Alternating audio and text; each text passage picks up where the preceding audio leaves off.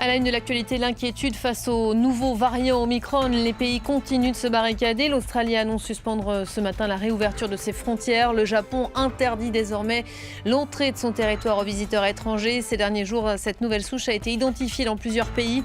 Elle semble se répandre à la vitesse grand V. Mais à quel point faut-il s'en inquiéter? Élément de réponse dans ce journal. Fermeté et volonté de dialogue affichée dans les Antilles françaises. Sébastien Lecornu est en Guadeloupe où il rencontrera aujourd'hui les représentants de l'intersyndicale. Le ministre des Outre-mer prêt à discuter des revendications sanitaires. Pour autant, a-t-il déjà redit, l'obligation vaccinale sera maintenue sur l'île. Et puis l'Iran se dit ce matin fermement déterminé à parvenir à un accord à Vienne. Déclaration alors que reprennent aujourd'hui les négociations sur le nucléaire. Pendant les 5 mois d'interruption, Téhéran a pourtant poursuivi la montée en puissance de son programme nucléaire, ce qui rend les analystes très sceptiques quant aux chances de voir les échanges du jour aboutir. Bonjour à tous, bienvenue si vous nous rejoignez sur France 24. Bienvenue dans cette édition. Les ministres de la Santé du G7 se réunissent donc aujourd'hui en urgence à Londres. Rendez-vous dans un contexte de grande nervosité alors qu'un nouveau variant a suscité tout le week-end l'inquiétude. Omicron a déjà poussé plusieurs pays à se barricader, à annoncer la fermeture de leurs frontières. Dernier en date, le Japon qui annonce l'interdiction d'entrée sur son territoire à tous les visiteurs étrangers. Dans les faits, cette nouvelle souche circule rapidement. Des cas ont effectivement été identifiés dans plusieurs pays dont la France. On ignore pour le moment à quel point il pourrait s'avérer menaçant. Explication en images avec Florent Rodeau. Malgré les recommandations de l'OMS, le pays est désormais coupé du reste du monde. L'Afrique du Sud se dit punie pour avoir détecté en premier le nouveau variant Omicron qui fait frémir la planète. Sur place, le président Ramaphosa crie à l'injustice. Selon lui, fermer les frontières est inutile. L'urgence, c'est la vaccination. L'interdiction de voyager n'est pas fondée sur des données scientifiques et ne sera pas efficace pour empêcher la propagation de ce variant. L'émergence du variant Omicron devrait être un signal d'alarme pour le monde entier. L'inégalité face au vaccin ne peut plus durer. Tant que tout le monde ne sera pas vacciné, tout le monde continuera d'être à risque. Et les faits lui donnent raison. En quelques jours seulement, Omicron a déjà été détecté dans au moins une dizaine de pays. Quasiment tous les continents sont touchés. Sa propagation mondiale semble donc inéluctable. Alors, que sait-on aujourd'hui de ce nouveau variant? Selon l'OMS, il présente de multiples mutations et un risque accru de réinfection par rapport au variant Delta. Mais alors, est-il plus dangereux? Il est encore trop tôt pour le dire. Faudra-t-il adapter les vaccins? À ce stade, rien n'est exclu. L'avantage, c'est que la synthèse d'ARN messager qui est à la base de ces vaccins est relativement facile à mettre en œuvre. Donc voilà, mais là, les entreprises ont estimé qu'il est de l'ordre de 6 semaines. Donc pendant ce temps-là, il va falloir continuer à adopter peut-être des restrictions de déplacement et en tout cas un maintien très strict des règles des gestes barrières. Les laboratoires Pfizer et Moderna ont d'ores et déjà annoncé travailler sur un vaccin modifié, une dose de rappel spécifique au variant Omicron. Aucune réponse n'est attendue avant plusieurs semaines. Ah oui, la question d'un vaccin plus adapté, plus spécifique est effectivement posée alors que la campagne de rappel bat son plein dans une partie des pays occidentaux. Ce qui est loin d'être le cas partout dans le monde, il existe toujours en matière vaccinale de grandes disparités. Explication avec Florent Rodeau. L'OMS est catégorique.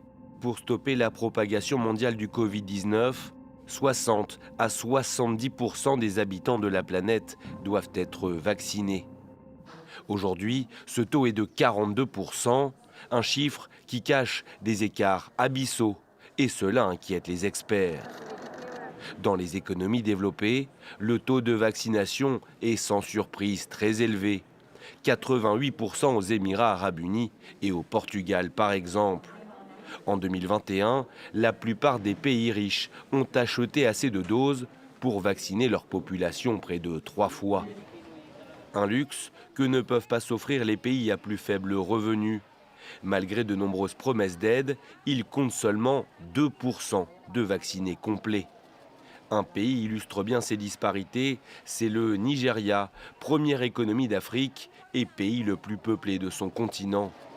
Sur place, seulement 1,7% de la population est entièrement vaccinée et 3% ont reçu au moins une dose.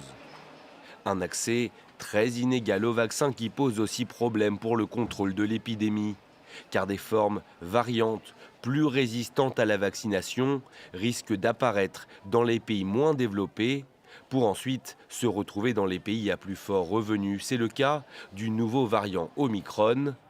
Détecté en Afrique du Sud la semaine dernière, il s'est déjà largement propagé aux quatre coins du globe. Et l'obligation vaccinale à l'origine de la crise dans les Antilles françaises. Cette obligation qui ne sera pas levée, a redit hier le ministre des Outre-mer. Sébastien Lecornu, arrivé hier en Guadeloupe, va rencontrer aujourd'hui l'intersyndicale pour échanger sur les revendications sanitaires. D'ores et déjà, le ministre a affiché fermeté et volonté de dialogue. Marc Pope. Dans les rues de Pointe-à-Pitre, les manifestants sont toujours mobilisés. À la colère contre l'obligation vaccinale se sont ajoutées d'autres revendications. Chômage, vie chère, autonomie sont autant de sujets que les syndicalistes veulent mettre au menu des discussions avec le ministre des Outre-mer. Nous constatons, nous le peuple et même les élus, que nous n'avons pas la main en Guadeloupe en termes de décision. Maintenant, il faudrait qu'il y ait une pédagogie pour le peuple guadeloupéen, le peuple lambda, le Guadeloupéen lambda, pour qu'il puisse comprendre qu'est-ce que ça veut dire l'autonomie. Sébastien Lecornu lui est arrivé dimanche sur place dans ce contexte tendu. Si les 2 dernières nuits ont été plus calmes que les précédentes, la colère est toujours présente. Même si le ministre s'est dit prêt à parler d'autonomie devant une délégation syndicale, il a répété que l'obligation vaccinale repoussée au 31 décembre ne serait pas levée. Il critique par ailleurs la demande des syndicats de libérer des personnes condamnées ces derniers jours pour violence. La main est tendue, néanmoins ça reste une main de fermeté. J'accepterai de dialoguer avec ces personnes demain, je le dis, mais je leur dirai aussi droit dans les yeux qu'ils doivent condamner les violences d'où qu'elles viennent. Sébastien Lecornu prendra ensuite la direction mardi de la Martinique, où les blocages sont toujours très nombreux. Les habitants disent l'attendre de pied ferme. L'arrivée de M. Lecornu doit correspondre à aussi l'affirmation d'une volonté d'apporter des réponses concrètes aux problèmes que nous posons. Les visites de courtoisie, les visites à la va-vite dans nos pays ne servent à rien. Sur l'île, l'État et les élus locaux ont d'ores et déjà signé un accord de méthode pour sortir de la crise. Le texte fixe la date, le lieu et la composition de 7 ateliers thématiques comme la santé, la vie chère ou encore la jeunesse, afin d'apporter des solutions concrètes aux problèmes des Martiniquais. Allez, ces images à présent, ça se passait hier soir après avoir été bloqué. Une semaine au Burkina Faso, le convoi logistique de l'armée française est enfin arrivé hier soir à Gao. Image ici du blocage en question par une partie de la population assez hostile. Karim Yayaoui, bonjour. On revient sur ce blocage qui aura duré de longs jours. Jamais il n'y avait eu autant d'hostilité au passage d'un convoi de Barkhane. Non, jamais autant d'hostilité. C'est le convoi de tous les rejets. C'est ainsi qu'il a été présenté par beaucoup de médias. Jamais une mission de Barkhane n'avait connu autant d'hostilité de la part des civils. Dans les pays traversés, il y a eu de très nombreux appels à stopper la progression de ce convoi, notamment via les réseaux sociaux relayés par la coalition des patriotes du Burkina Faso, un mouvement panafricain qui s'oppose à la présence française. Alors sur les réseaux sociaux, ça a été aussi la caisse de résonance de toutes les rumeurs. On a même expliqué sur ces réseaux que la France était là pour livrer du matériel aux djihadistes dans une région qui a dû faire face ces derniers mois et ces dernières années à une violence qui n'a pas arrêté de croître. Pour Paris, cette colère, c'est aussi un exutoire de la frustration d'une partie de la population qui voit cette présence des djihadistes persister. Il y a eu beaucoup d'émotions encore il y a quelques semaines du côté du Burkina Faso. Il y a eu une attaque qui a coûté la vie à une 60aine de personnes, 53 gendarmes. Et puis du côté de la France, on pointe du doigt aussi la responsabilité de puissances étrangères, la Russie pour ne pas la nommer, qui aurait attisé la colère. La Russie qui a évidemment des ambitions en Afrique, on l'a vu en Centrafrique, et elle voudrait peut-être renouveler ce qui s'est passé en Centrafrique du côté du Mali ou du Burkina Faso. Mais la France aurait tort de limiter en quelque sorte ses responsabilités à la frustration, la colère de la population et puis une manipulation étrangère clairement, le sentiment anti-français n'a cessé de croître ces derniers mois, voire ces dernières années. Il traverse tous les pans de la société au Sahel, que ce soit la rue ou même les élites politiques ou militaires. Donc clairement, ça illustre, même s'il y a eu des manipulations, même s'il y a eu sur les réseaux sociaux des fausses informations, une colère bel et bien réelle. C'est que nous sommes aussi en plein désengagement de la force Barkhane, un désengagement qui est censé s'achever à la fin du mois prochain. À la fin du mois prochain, une 3e base doit être démantelée du côté de Tombouctou. Et c'est vrai que là aussi, il y a peut-être une incompréhension parce que ce désengagement ne signifie pas le départ de toutes les troupes françaises. On se souvient que le Premier ministre malien avait dit tout son désarroi de voir les troupes françaises partir. Mais en réalité, elles vont être présentes à travers une force qui s'appelle Takuba, qui est une force européenne théoriquement, mais en réalité, l'ossature, la colonne vertébrale restera française. C'est une volonté d'Emmanuel Macron de ne plus en quelque sorte porter seul le fardeau de la lutte contre le terrorisme dans la région.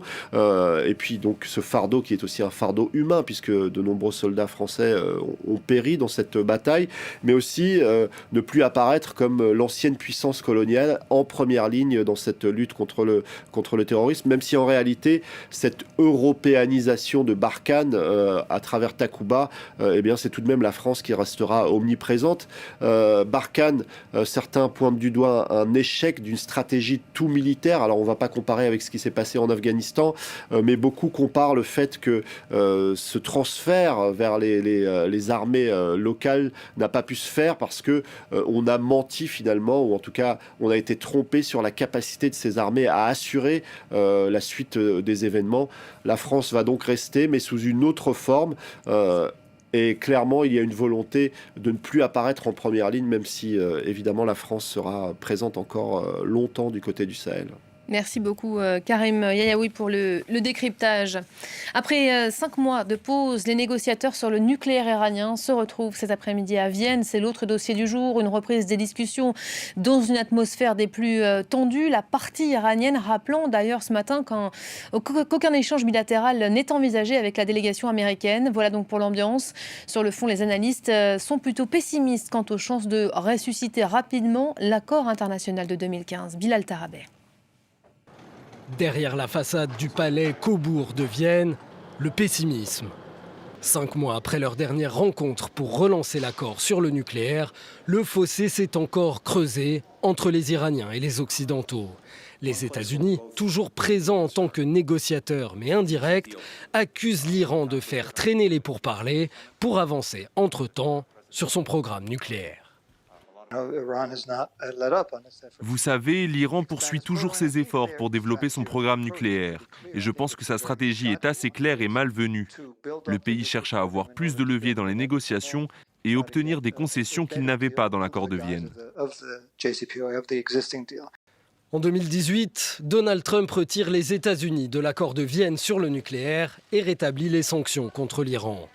Joe Biden, lui, veut réintégrer le pays dans les accords à condition que l'Iran renoue avec ses engagements. Car entre-temps, en réponse au retour des sanctions, l'Iran a enrichi son uranium au-delà des limites imposées par l'accord et l'élection en juin de l'ultra-conservateur Ebrahim Raïssi à la tête du pays accentue cette ligne dure. Les exigences de la nouvelle équipe de négociation iranienne sont jugées irréalistes par les diplomates occidentaux. Téhéran réclame la levée globale de toutes les sanctions américaines et européennes imposées à l'Iran depuis 2017, y compris celles qui ne sont pas liées au programme nucléaire, comme son implication dans les conflits régionaux ou son programme balistique, avant d'envisager un quelconque retour aux paramètres de l'accord. En cas d'échec de ces pourparlers, l'hypothèse de la signature d'un accord temporaire est évoquée, c'est-à-dire le gel des activités les plus sensibles de l'Iran contre une levée limitée des sanctions. L'objectif serait de gagner du temps, car Téhéran est aujourd'hui beaucoup plus proche qu'avant de pouvoir fabriquer une bombe nucléaire. Allez, avant de nous quitter cette question, le voile sera levé ce soir. Qui de Benzema, Messi, Ronaldo ou Jorginho pour le Ballon d'Or? Le titre de meilleur footballeur de l'année 2021 sera décerné ce soir à Paris. Il y a déjà un grand favori, Lionel Messi, désigné pour remporter une 7e récompense. Et chez les dames, un nom également circule, celui de l'attaquante espagnole Alexia Putellas. Réponse donc ce soir sur nos antennes, notamment. Fin de ce journal, merci à vous de l'avoir suivi. Restez avec nous, l'info revient dans quelques instants sur France 24.